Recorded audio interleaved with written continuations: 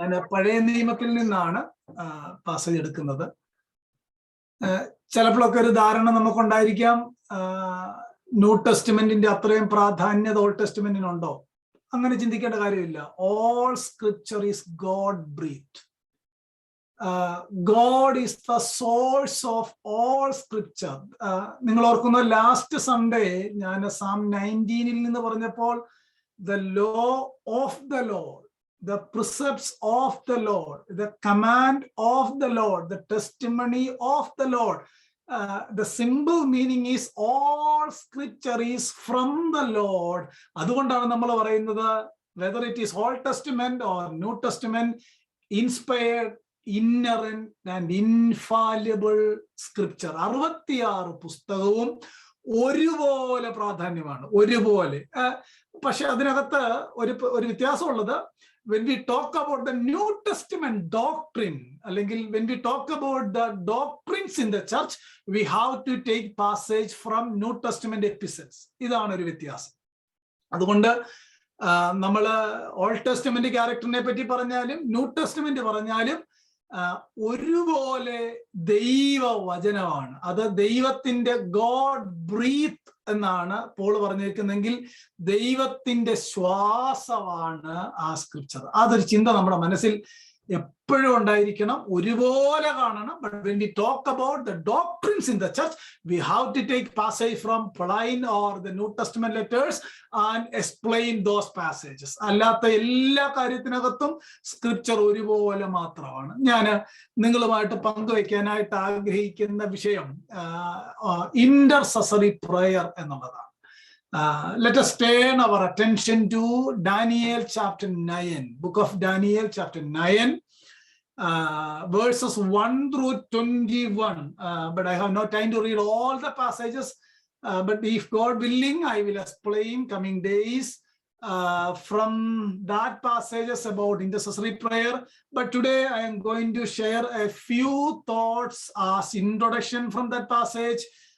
I need your very clear attention, undivided attention. Let us turn to Daniel chapter 9. Daniel chapter 9, 1 through 3. ആദ്യത്തെ 3 വാക്യങ്ങൾ, ആദ്യത്തെ 4 വാക്യങ്ങൾ നമുക്ക് വായിക്കാം. Please, first 4 verses. Can you, Molayandi, can you read in English, please? In the first year of Darius, son of Xerxes, a Mede by descent, who was made ruler of the Babylonian kingdom, in the first year of his reign, I, Daniel, understood from the scriptures, according to the word of the Lord given to Jeremiah the prophet, that the desolation of Jerusalem would last 70 years. So I turned to the Lord God and pleaded with him in prayer and petition, in fasting and in sackcloth and ashes. I prayed to the Lord my God and confessed, Lord, the great and awesome God, who keeps his covenant of love with those who love him and keep his commandments, we have sinned and done wrong.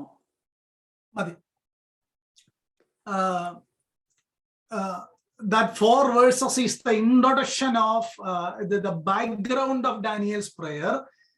That prayer is starting from verse 5 to up to 21.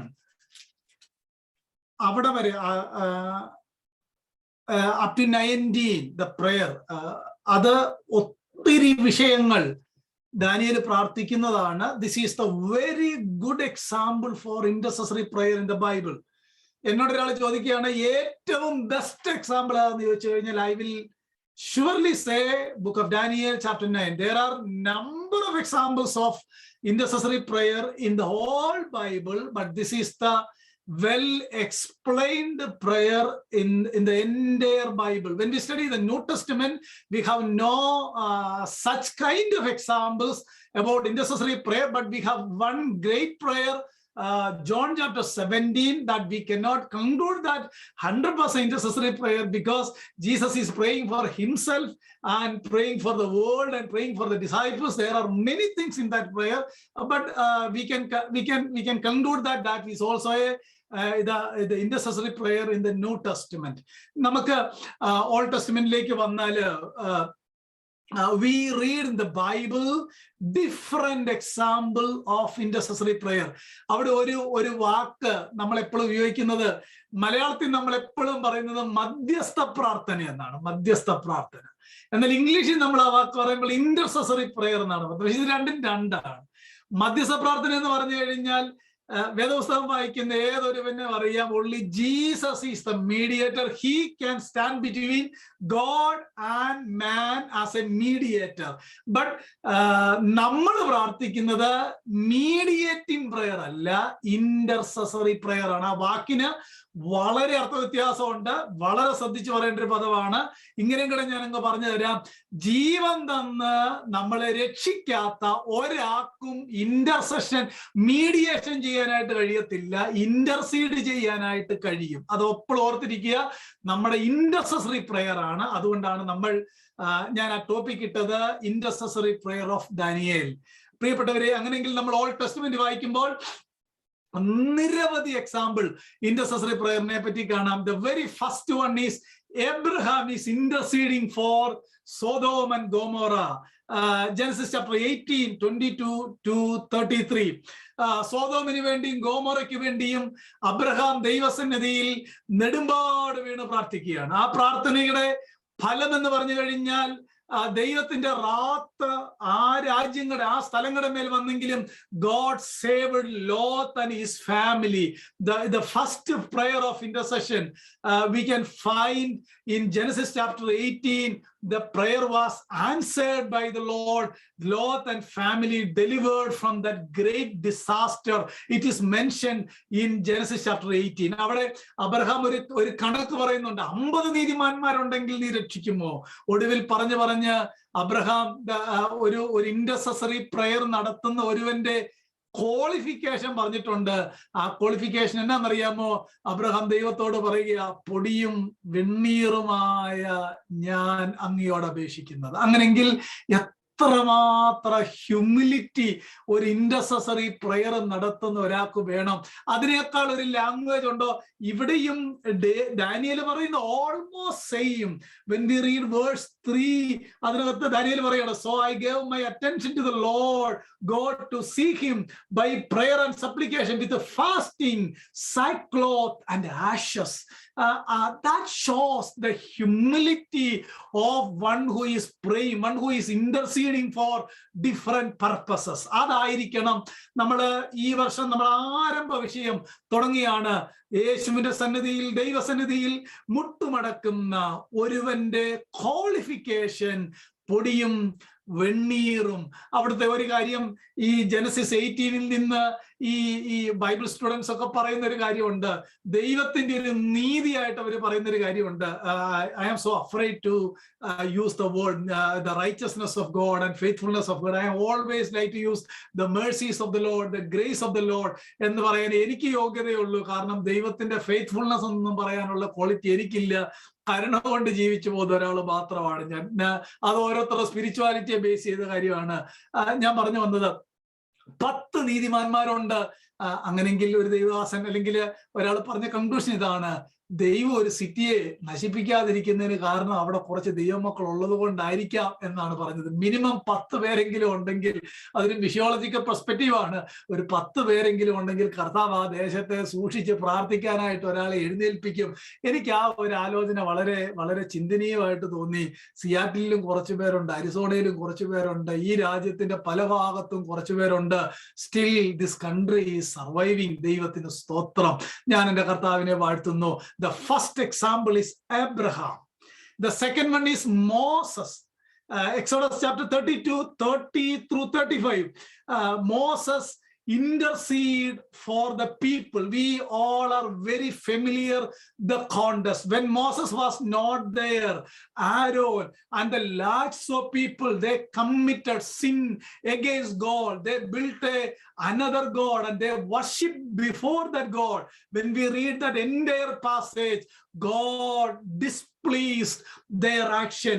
In that particular situation, Moses is starting Moses is standing in between the people and God and interceding. Finally, God delivered most of the people from that great disaster. The result-oriented intercessory prayer. The third prayer, when we read the 1 Samuel chapter 12, Samuel is interceding for the people of Israel. ശമൂലോട് പറയുന്ന കാര്യം എന്താണെന്നറിയാമോ? ഞാൻ നിങ്ങൾക്ക് വേണ്ടി പ്രാർത്ഥിച്ചില്ലെങ്കിൽ ദൈവത്തോട് പാപം ചെയ്യുന്നു.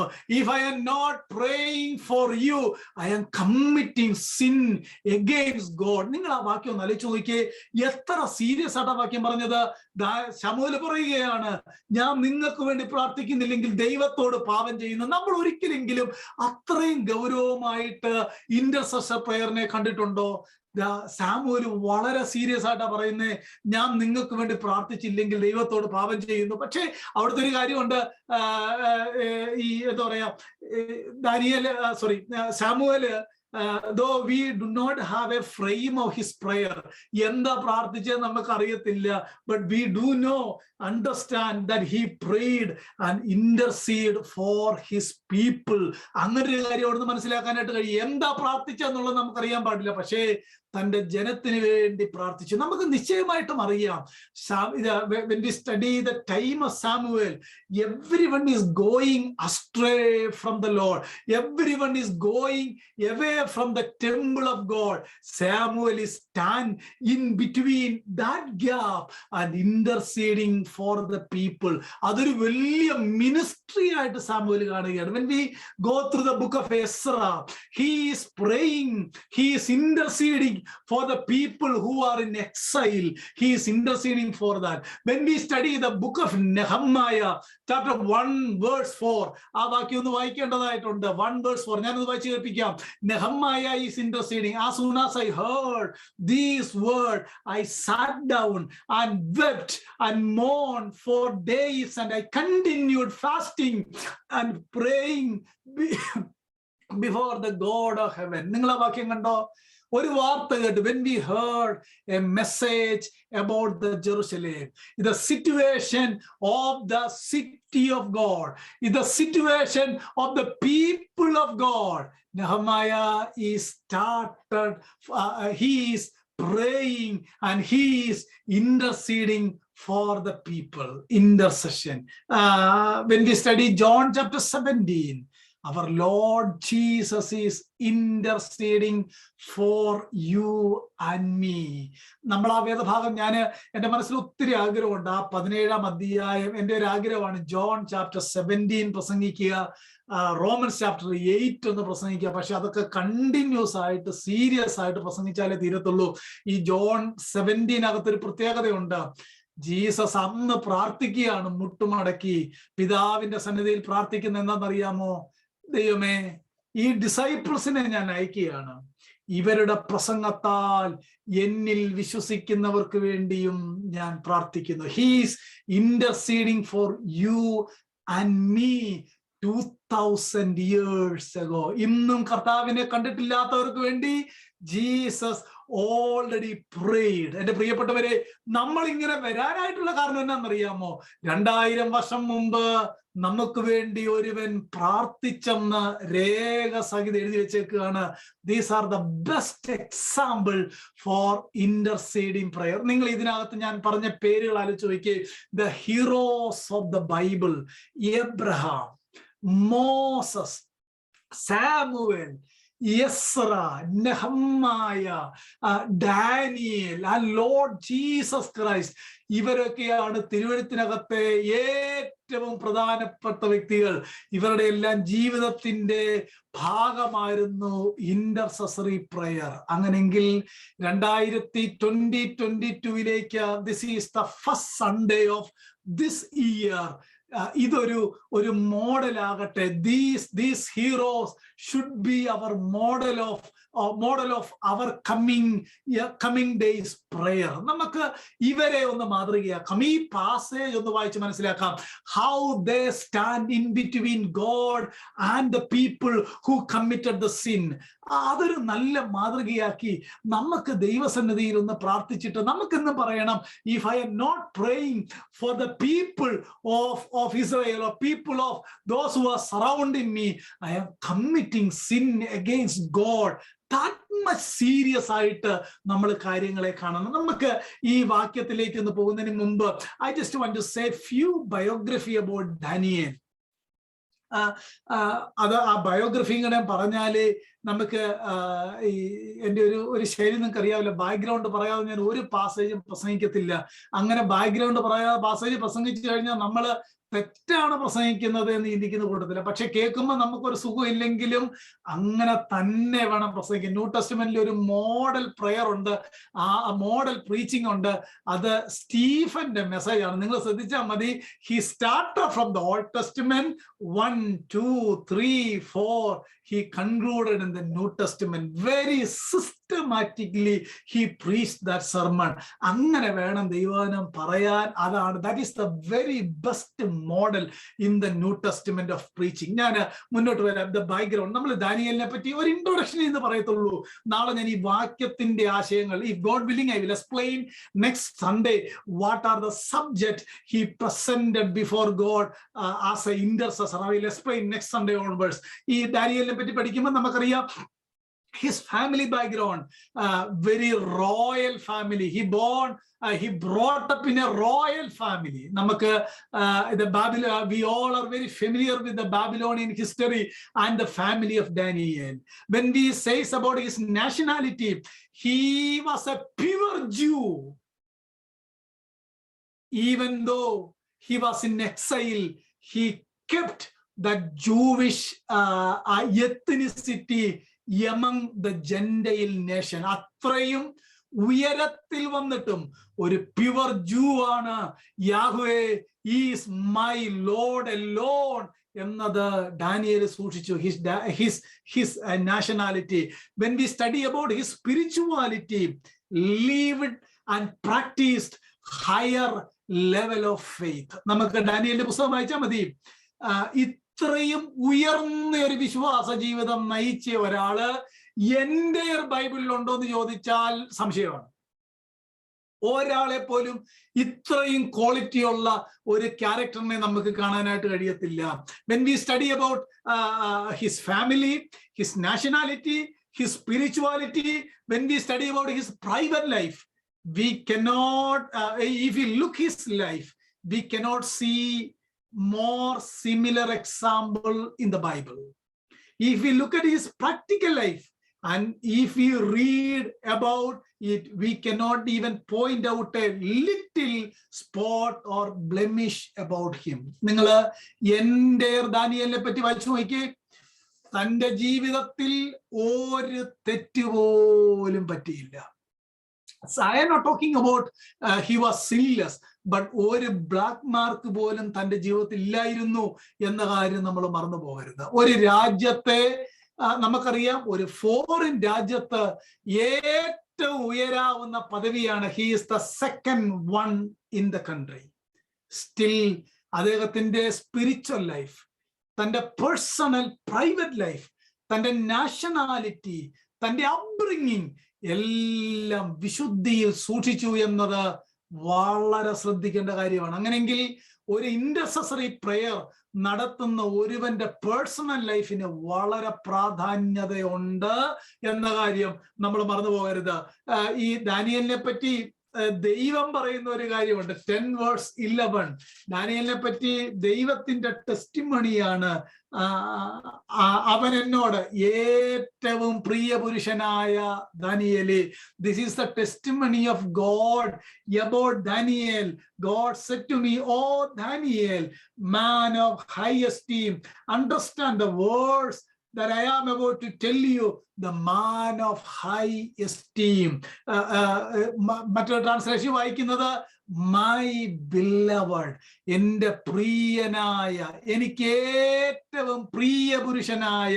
ഞാൻ ഈ വേദഭാവം ഇങ്ങനെ ചിന്തിച്ചപ്പോൾ ഓർക്കുകയായിരുന്നു, അബ്രഹാമിനെ സ്നേഹിതൻ എന്നാണ് വിളിക്കുന്നത്, പക്ഷെ ഇവിടെ അതിനേക്കാൾ ഒരു സ്ട്രോങ് അഡ്ജക്റ്റീവ് ചേർത്തല്ലേ വിളിച്ചേക്കുന്നത്, എൻ്റെ പ്രിയ പുരുഷൻ, my beloved. ദൈവത്തിന് സ്തോത്രം. ഒരു അന്യരാജ്യത്ത് താമസിക്കുകയാണ്, എങ്കിലും ഏറ്റവും വിശുദ്ധിയോടെ ജീവിച്ചു. ഈ ചാപ്റ്റർ 1 അധ്യായം വായിക്കുമ്പോൾ ഫുഡ് കൊടുത്ത് അവരെ പൊല്യൂട്ട് ചെയ്യാനായിട്ട് നോക്കുന്നുണ്ട്. ഫുഡ് കൊടുത്ത്, ഞാൻ വർഷങ്ങൾക്ക് മുമ്പ് ഇങ്ങനെ ഇത്രയൊന്നും വേദവസം വായിക്കുന്ന കാലമല്ല, അന്ന് ചിന്തിച്ചപ്പോൾ ഓർക്കുകയായിരുന്നു, ആദമിനെയും ഈവിനെയും പിശാച് വീഴ്ത്തിയത് ഫുഡ് കൊടുത്താണ്. എന്നാൽ ദാനിയേലിന്റെ അടുത്ത് അത് നടന്നില്ല. ഞാൻ അതിന്റെ വ്യാഖ്യാനത്തിലേക്കൊന്നും പോകുന്നില്ല.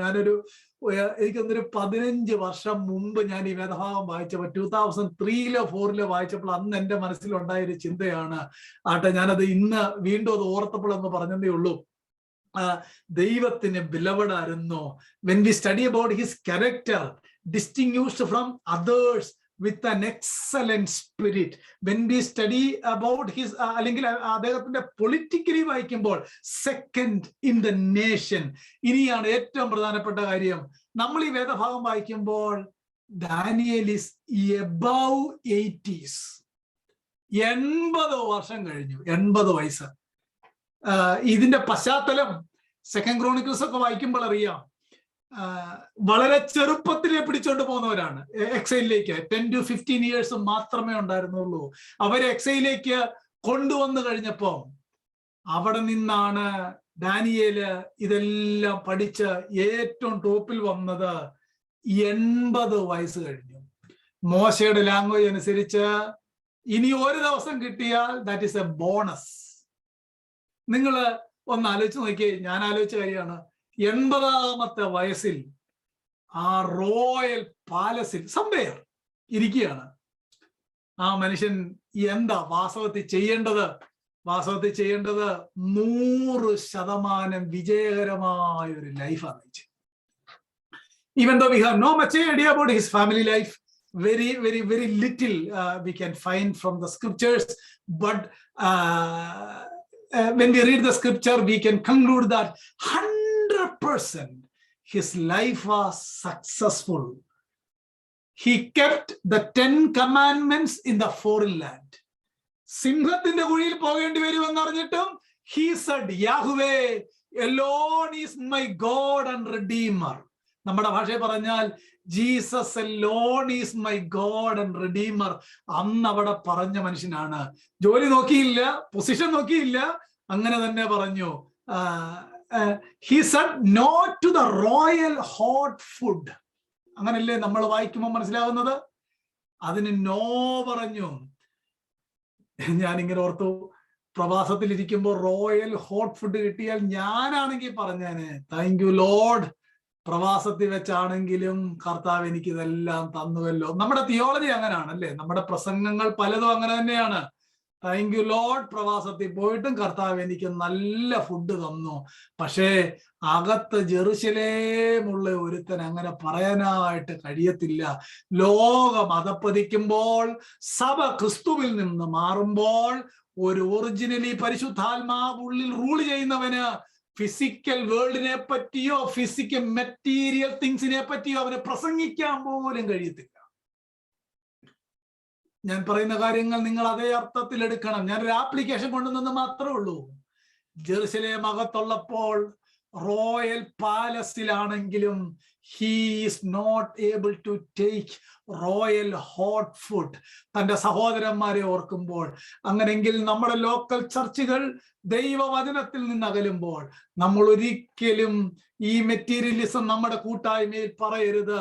അതൊക്കെ തമ്പുരാൻ വിശുദ്ധിയോടെ ജീവിക്കുമ്പോൾ നമുക്ക് അവിടത്തേക്ക് ഇഷ്ടമാണെങ്കിൽ തന്നോളും, ഇല്ലെങ്കിൽ വേണ്ട എന്ന് പറയുന്ന ഒരാളാണ് ഞാൻ. 2022-ൽ എനിക്ക് പ്രസംഗിച്ചൊരു ദൈവദാസൻ തന്നെ എനിക്ക് ദൈവാത്മാവ് നൽകിയൊരു ദൂതാന്നും പറഞ്ഞ് അയച്ചു തന്നതിനകത്ത് ആ ക്ലിപ്പ് എന്നാന്നറിയാം, 50 സെക്കൻഡുകൾ അദ്ദേഹം പറഞ്ഞ കാര്യം അതാണ്.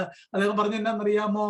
if you want to follow Jesus 2022, should be expected what Jesus received while he was on this earth.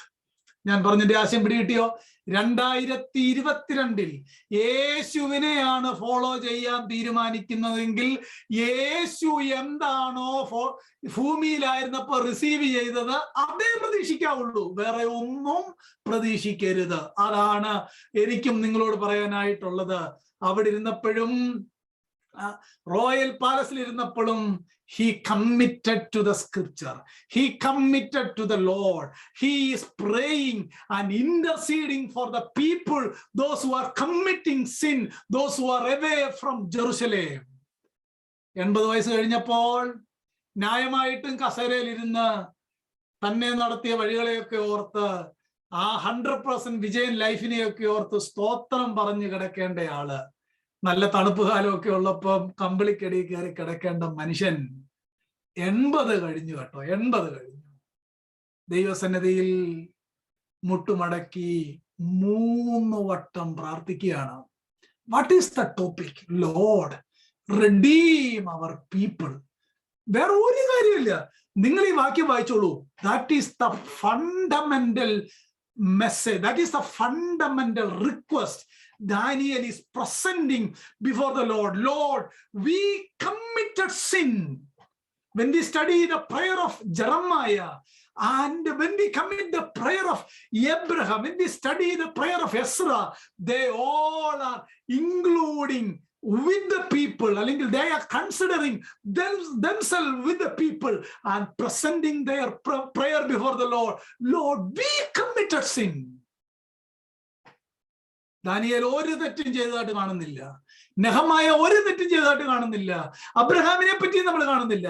But they are identifying with the people of the Lord and praying to the Lord, we committed sin.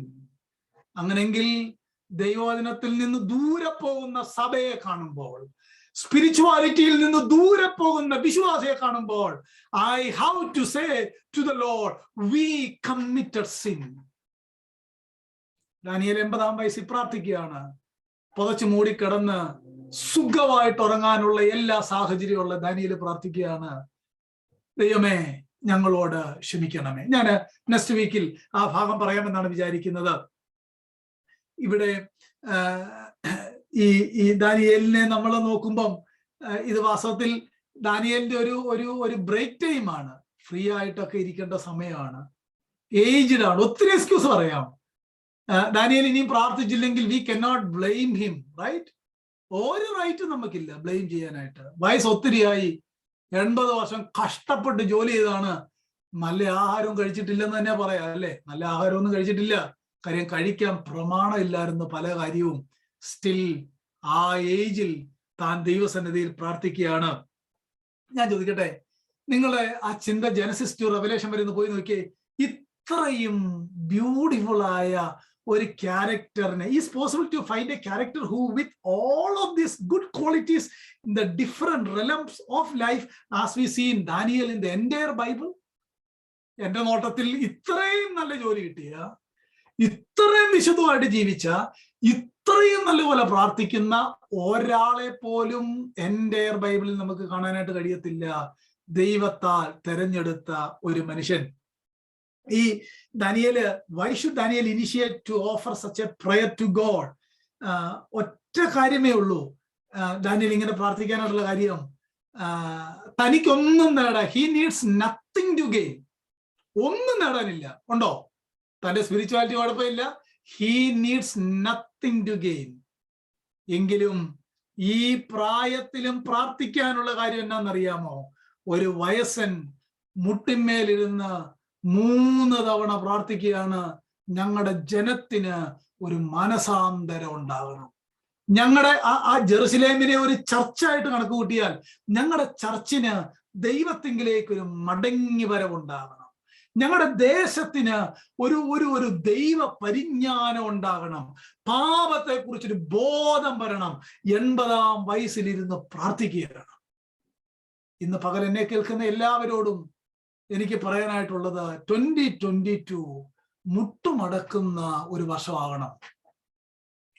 പ്രാർത്ഥിക്കുന്ന ഒരു വർഷമാവണം, അത് intercede ചെയ്യുന്ന ഒരു വർഷമാവണം, അത് ഈ ഭക്തന്മാര് പ്രാർത്ഥിച്ച പോലെ തന്നെ തിരുസന്നിധിയിൽ മുട്ടുമടക്കി പ്രാർത്ഥിക്കുന്ന ഒരു വർഷമായി തീരണം. ഞാൻ വളരെ പെട്ടെന്ന് മുന്നോട്ട് പോകാം. ഈ ദാനിയന്റെ സമയം മുന്നോട്ട് പോകുന്നല്ലോ. ദാനിയൽ ഈ കാര്യം ചെയ്യുന്നത് നമുക്ക് ഈ ഇന്റർസീഡിങ് പ്രയർ, ദാറ്റ് ഈസ് അതാണ് വേഴ്സസ് 4 to 19. ഇന്റർസീഡിങ് പ്രയറിന് when we read the scripture, the writers of inspired scripture, they used some kind of idiom to explain, to point out the importance of that prayer. Bible writers ചില idioms ഉപയോഗിച്ചിട്ടുണ്ട്, ചില ഭാഷാ ശൈലി ഈ intercessory പ്രയറിന് വേണ്ടി ഉപയോഗിച്ചിട്ടുണ്ട്. ഞാൻ അതൊരു ചരിത്രമൊക്കെ പറയേണ്ടതായിട്ടുണ്ട്, എനിക്ക് സമയം കിട്ടുമെന്ന് അറിയത്തില്ല. Can you please turn with me to Psalms? 106-ാം സങ്കീർത്തനം, 106-ാം സങ്കീർത്തനത്തിന്റെ 23-ാമത്തെ വാക്യം, വേഴ്സ് 23. അവിടെ ആ വാക്യം ഇങ്ങനെയാണ് വായിക്കുന്നത്: Therefore he said he would destroy them, had not Moses, his chosen one, അടുത്ത വാക്ക് chosen one, stood in the breach before him to turn away his wrath from destroying them. നിങ്ങളൊരു വാക്ക് കണ്ടോ? stood in the breach. മലയാളത്തിൽ പിളർപ്പിൽ നിൽക്കുക, stood in the breach. ഒരു ഇഡിയമാണ് ആ വാക്ക് ഉപയോഗിച്ചേക്കുന്നത്, stood in the breach. Can you turn with me to Ezekiel chapter 22. Ezekiel chapter 22, verse 30. അവിടെയും the same usage we can find. I searched for a man among them who would build up the wall and stand in the gap before me for the land. നിങ്ങൾ ആ വാക്ക് കണ്ടോ? stand in the gap. സങ്കീർത്തനം നമ്മൾ വായിച്ചത് stood in the breach, stand in the gap, stood in the breach.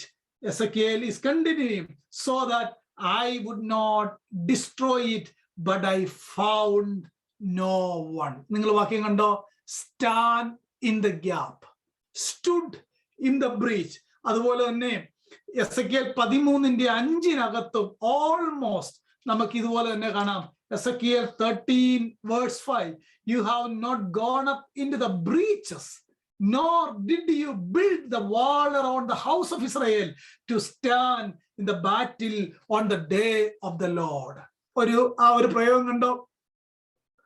അങ്ങനെയെങ്കിൽ നമുക്ക് ഈ എസെക്കിയേലിന്റെയും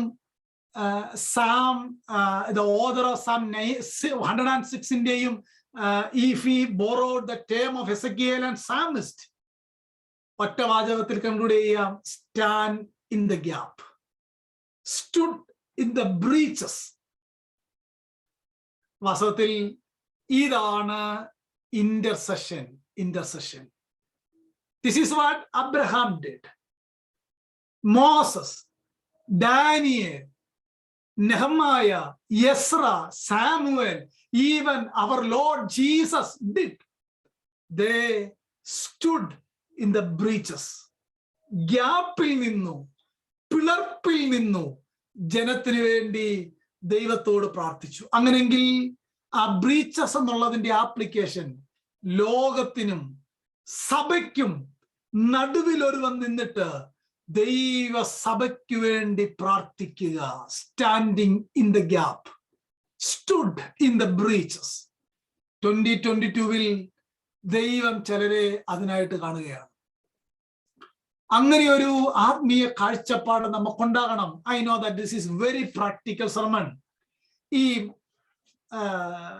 It is very when we study about the breaches, when we study about the historical background of that particular word, it is very narrow gap on the wall apart from the main gate and subgate of the great cities. എന്ന് പറഞ്ഞാൽ വലിയ പട്ടണങ്ങൾക്കൊക്കെ main gate ഉണ്ടായിരുന്നു. Lot പട്ടണവാതിക്കൽ ഇരുന്നു എന്ന് വായിക്കുന്നില്ലേ? യുദ്ധം വരുമ്പോൾ, army വരുമ്പോൾ ഈ ഗേറ്റ് ആണ് അടയ്ക്കുന്നത്. ചെറിയ സബ് ഗേറ്റ് ഉണ്ട്, ആളുകൾക്ക് പുറത്തു പോകാനും വരാനും, അതും ക്ലോസ് ചെയ്യും. ബട്ട് എന്നാൽ എല്ലാ പട്ടണത്തിന്റെയും മതിലിന് ചുറ്റും ചെറിയ ബ്രീച്ചസ് ഉണ്ട്, ചെറിയ breaches. To stand the gap is an idiom. Every city at that time a wall. Cities were secured by that wall. There is a main gate in that. It is through the gate people are travel. There were other small gates. Maybe certain times people used to travel. These gate, along with there were certain breaches or gaps in this wall. അതാണ് നമ്മൾ ഈ വാക്യത്തിൽ എല്ലാം വായിച്ചത്. ചെറിയ breaches ഉണ്ട് അതിന്റെ. So what is the purpose of that? We see such small narrow gap in different part of this wall. നമ്മൾ ഈ വായിച്ചതിനകത്ത് കണ്ടോ, മതിലിന്റെ പിളർപ്പ്, ഇടിവിൽ നിൽക്കുക. അതിനെ ആ ഇടിയം എടുത്തിട്ട് ഇന്റർസെസറി പ്രയറിനോട് ഉപയോഗിച്ചേക്കുകയാണ്. ആ ഇന്റർസെസറി പ്രയറിനോട് ഉപയോഗിച്ചിട്ട് ആ ബ്രീച്ചസിന്റെ നടുവിൽ നിൽക്കുക. ഞാൻ ആ പറഞ്ഞ 3 കാര്യം കേട്ടോ. മെയിൻ ഗേറ്റ് ഉണ്ട്, ആളുകൾ പോവുകയും വരുന്നത്.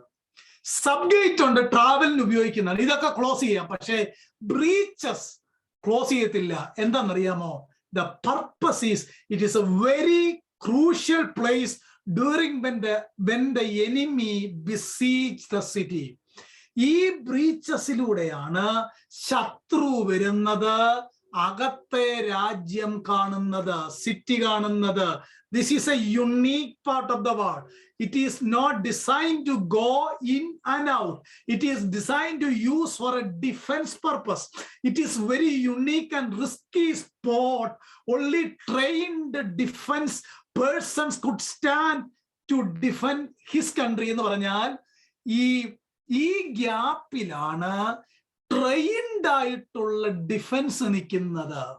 അവരുടെ ഒറ്റ ലക്ഷ്യം എന്നാണെന്നറിയാമോ? ഒരു കാരണവശാലും ശത്രു അകത്ത് കടക്കരുത്. This is the purpose of intercessory prayer. This is the purpose of the authors of Bible used that idiom to introduce what is the importance of intercessory prayer. പ്രിയപ്പെട്ടവരെ, ഞാൻ ഇങ്ങനെ ഓർക്കുകയായിരുന്നു, ചെയിൻ പ്രയർ ആരെ കൊണ്ടും പറ്റും ഇല്ലേ? ഒരു ബുദ്ധിമുട്ട് കൊണ്ടൊന്നും ഞാൻ വിചാരിക്കുന്നില്ല. പ്രസംഗം അല്പം കഴിവുണ്ടെങ്കിൽ ആരെ കൊണ്ടും പറ്റും.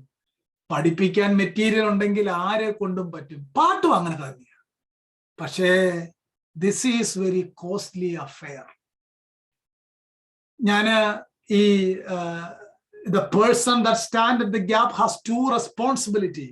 The first one, he should secure the nation first. Second one, he should secure himself. 2 കാര്യം പുള്ളി ചെയ്യണം. ഒന്ന്, അദ്ദേഹത്തെ സൂക്ഷിക്കണം, അല്ലെങ്കിൽ അതോടൊപ്പം തന്നെ ദേശത്തെ സൂക്ഷിക്കണം. യൂദായുടെ ലേഖനത്തിനകത്തൊരു വാക്യമുണ്ട്, ചിലരോട് ഭയത്തോടെ കരുണ കാണിക്കണമെന്ന്. വായിച്ചിട്ടില്ലേ? അതിന്റെ അർത്ഥം എന്നാന്നറിയാം? നമ്മൾ ഈ ചിലരെ രക്ഷിക്കാൻ പോയാൽ അവന്മാര് നമ്മളെ മരിച്ചുകൊണ്ട് പോകുന്നതാണ് അതിന്റെ അർത്ഥം. അതാണ് ആ വാക്യത്തിന്റെ അർത്ഥം. ചിലരോട് ഭയത്തോടെ എന്ത് ചെയ്യണം? That 2 responsibility is here when we study about people, those who are standing in the breaches. അദ്ദേഹത്തിന് സിറ്റിയെ സൂക്ഷിക്കണം, തന്നെ സൂക്ഷിക്കണം എന്ന് മാത്രമല്ല, അവിടെ നിൽക്കുന്ന ആളുകൾക്ക് ചില ക്വാളിറ്റി ഉണ്ട്. The first quality, that person needs to be very courage. എല്ലാരെ കൊണ്ടും പറ്റുന്ന കാര്യമല്ല. Only someone who is very bold can stand in the particular breach. നമ്മുടെ പ്രാർത്ഥനയായിട്ട് ചേർത്ത് ചിന്തിക്കണം. Secondly, this particular person has to be physically strong and able in order to address. Third, he must be very wise and intelligent. Then only he can wisely deal with the attack. 3 responsibility, 3 responsibility and 2 responsibility and 3 qualities. ഇത് നമ്മൾ പ്രാർത്ഥനയോട് ചേർത്ത് നോക്കിയേ. A person who is standing in the gap should be very courageous. A person who is standing in the breaches should be very strong in his spirituality, very wise about the attack of devil. ഇത്രയും കാര്യം ഉണ്ടെങ്കിൽ 2 കാര്യം, we always remember that 2 responsibility. One who is standing in the gap, he secure himself first. He also has to secure the city which he is controlling or which he is keeping. ഈ രണ്ട് കാര്യം നമ്മുടെ മനസ്സിൽ എപ്പോഴും ഉണ്ടായിരിക്കണം. ഇതാണ് intercessory prayer എന്ന് പറഞ്ഞാൽ. ബൈബിളിൽ നിങ്ങൾ നോക്കിയേ, ഞാനെടുത്ത ഉദാഹരണങ്ങൾ നിങ്ങൾ നോക്കിയോ? Abraham, very strong, very wise, very spiritually qualified. Moses, very strong, very wise, spiritually qualified. Ezra, Nehemiah, Daniel, our great Lord Jesus, very strong and spiritually very qualified. അങ്ങനെയെങ്കിൽ intercessory prayer standing in the gap, പിളർപ്പിൽ നിൽക്കുകയാണ്. മോശയുടെ ആ സങ്കീർത്തനത്തിൽ നമ്മൾ വായിച്ച വാക്യം എങ്ങനെയാണെന്നറിയാമോ? ദൈവകോപം മാറുവോളം ബ്രീച്ചിൽ നിൽക്കുന്ന മോസസ്. അങ്ങനെയെങ്കിൽ 2022 നമ്മുടെ സഭയ്ക്ക് ഉണർവുണ്ടാകണം. നമ്മുടെ സഭയിലെ ആളുകൾ ആത്മീയമായിട്ട് വളരണം. പുതിയ ആളുകൾ രക്ഷിക്കപ്പെട്ട് വരണം. ലോകം, മയത്തം, മെറ്റീരിയലിസം സഭയിൽ കയറാതിരിക്കണമെങ്കിൽ ദൈവം ചിലരെ എഴുന്നേൽപ്പിക്കണം. തമ്പുരാൻ ചിലരെ എഴുന്നേൽപ്പിച്ച് ആ സ്റ്റാൻഡിൽ നിർത്താൻ തയ്യാറാകണം. ആത്മീയത്തിൽ പക്വതയുള്ള, സ്പിരിച്വലി ക്വാളിഫൈഡ് ആയ, സ്ട്രോങ് ആയ, വൈസ് ആയ ചിലരെ കർത്താവ് നോക്കുകയാണ്. ഞാൻ ആരെയും കണ്ടില്ല എന്ന് പറയരുത്. നമ്മള് ആ എസെക്കിയേലിനകത്ത് വായിച്ച വാക്യം നമ്മൾ God is crying.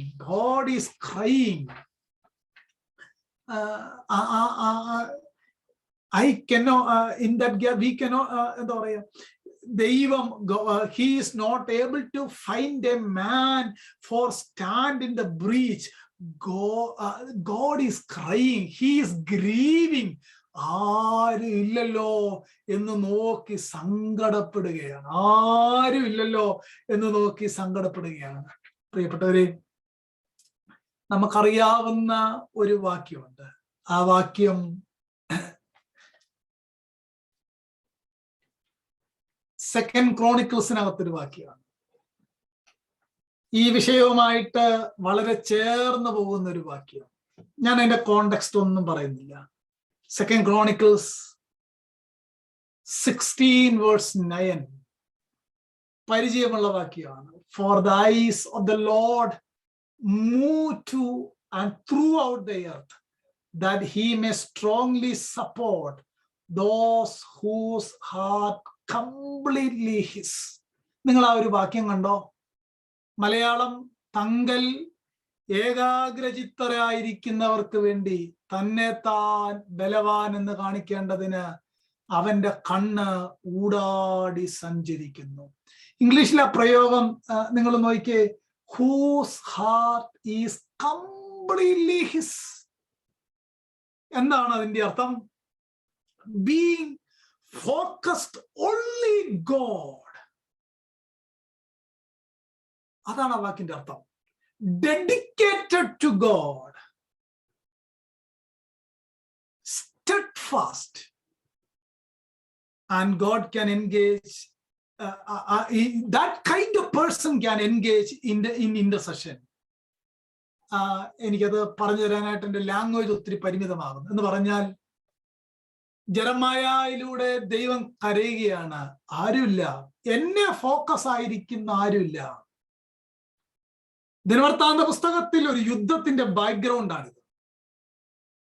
എന്നിൽ ഏകാഗ്രമായിരിക്കുന്ന ആരുമില്ല. പ്രാർത്ഥനയുണ്ട്, പാട്ടുണ്ട്, പ്രസംഗമുണ്ട്, ദൈവനാമത്തിന് കൊടുക്കുന്നുണ്ട്, എല്ലാം നോക്കുന്നുണ്ട്. പക്ഷേ I cannot find a single person to stand in the gap. I cannot find anybody. God is grieving. He is crying. ഇതിന്റെ പ്രത്യേകത എന്താണെന്നറിയാമോ? മറ്റൊരു ന്യൂ ടെസ്റ്റമെന്റ് വേർഡ് ഞാൻ എടുക്കാം. Earnest prayers. This is the substitute words used in the New Testament. Earnest prayers.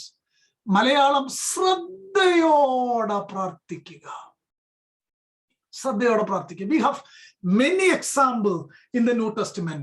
When we read Luke chapter 22 verse 44, Jesus, and being in agony, he prayed more earnestly, അതിശ്രദ്ധയോടെ പ്രാർത്ഥിച്ചു. Jesus is crying and crying and crying. When we can see similar verses in 3 times in one prayer of Jesus. He is crying and he is crying. He is being in agony and he prayed more earnestly. പ്രാണവേദനയിലായി. This is the prayer of one who is standing in the breaches. When we study Acts chapter 12, Peter in prison and James is also in prison. Church prayed for them. I don't know. The will of God was taken the life of James and release Peter from the prison. We do not know what is the mystery behind that. സഭ രണ്ടുപേർക്ക് വേണ്ടിയും പ്രാർത്ഥിച്ചു. ഒരാളെ എടുക്കുക എന്നതായിരുന്നു ദൈവത്തിന്റെ ഇഷ്ടം, ഒരാളെ വിടുവിക്കുക എന്നായിരുന്നു ദൈവത്തിന്റെ ഇഷ്ടം. That is the purpose of God. We do not know. We have no scale to judge the plan of God. നാം വെറും മൺപാത്രങ്ങൾ. കുശവന് തന്റെ പാത്രത്തിന്മേൽ അധികാരമുണ്ട്. നമുക്കൊന്നും പറയാനായിട്ട് പറ്റത്തില്ല. That is what scripture says. But James മരിച്ചു എന്നതുകൊണ്ട് church never stopped praying. They continuing stand. They are ready to stand in the breaches and they are interceding for Peter. There is a verse in chapter 12. The church earnestly prayed for the Peter. God delivered Peter. This is the meaning of intercessory prayer. നമ്മള് Daniel 9 വന്നില്ല. ഒരു breaches നിൽക്കുകയാണ്. ശത്രു main ഗേറ്റിലൂടെ കയറുകയില്ല. ചെറിയ ഗേറ്റും main ഗേറ്റും ഒക്കെ നമ്മൾ അടച്ചേക്കുകയാണ്. ബട്ട് ബ്രീച്ചസ് ഉണ്ട് അവിടെ ചിലരെ കർത്താവ് അപ്പോയിന്റ് ചെയ്തിരിക്കുകയാണ്. അവിടെ ഗ്യാപ്പ് വന്നാൽ ശത്രു അകത്ത് കയറും, എല്ലാം നശിപ്പിക്കും. ബാബേൽ പിടിക്കപ്പെട്ടതിന്റെ ചരിത്രം എന്റെ ഓർമ്മയിലുണ്ട്. I have no time to explain that. കർത്താവ് ചിലരെ നോക്കുകയാണ്. ഈ വർഷം പ്രസംഗിക്കാൻ ഒത്തിരി പേരുണ്ട്, പ്രിയപ്പെട്ടവർ, ഒത്തിരി പേരുണ്ട്, പഠിപ്പിക്കാൻ ഒത്തിരി പേരുണ്ട്.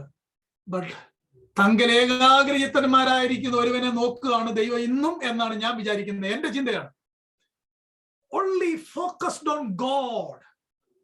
God is still searching. അങ്ങനെ ഒരാളെ നോക്കുകയാണ്. ചിലരെ കർത്താവ് ഐപിക്കോസിൽ എഴുന്നേൽപ്പിക്കണം. എന്നെയാണെങ്കിൽ ഞാൻ ഫെയ്ത്ത്ഫുൾ ആവണം. Standing in the gap. ആ വാക്ക് നോക്കിയേ. പിളർപ്പിൽ നിൽക്കേണ്ടതിന് to responsibility. He should keep himself. തന്നെ സെക്യൂർ ആക്കണം. Second one, the whole city is in his hand. പക്ഷേ വലിയൊരു അത്ഭുതം എന്നാന്നറിയാം. When we study the entire Bible, only handful of people is doing this ministry in the Bible, right? വേറെ ഒത്തിരി പ്രസംഗകരുണ്ട്, ഒത്തിരി പാട്ടുകാരുണ്ട്. But only handful of people is doing this ministry. This is very practical sermon. വളരെ ചിന്തയോടെ ഇന്ന് മുതൽ ആ ഗ്യാപ്പിൽ നിന്ന് പ്രാർത്ഥിക്കാൻ ദൈവം ചിലരെ പരിശുദ്ധാത്മാവിനാ നിറയ്ക്കട്ടെ. ദൈവം ചിലരെ ആത്മാവിനാൽ നിറയ്ക്കട്ടെ. നമ്മുടെ കൂട്ടായ്മ വളരണം. നമ്മുടെ കൂട്ടായ്മ ആത്മാവിനാൽ നിറയണം. നമ്മുടെ കൂട്ടായ്മ ദേശത്ത് അംഗസംഖ്യയിൽ വളരണം, ആത്മീയത്തിൽ വളരണം. നമ്മുടെ ആ മിഷൻ എക്സ്പാൻഡ് ചെയ്യപ്പെടണം ഈ വർഷം. Only one way. We have many teachers, we have pastors, we have very good theology, we have very good foundation, but we need people like Daniel, Jesus, or Moses, or Abraham, who stand in the breaches for interceding. Life risk ആണ്. Spiritually qualified ആയിട്ടുള്ള ആത്മീയ പക്വതയുള്ള ചിലരെ കർത്താവ് ഇതിനായിട്ട് ക്ഷണിക്കട്ടെ. ലോകം നമ്മിലേക്ക് കയറാതിരിക്കാൻ.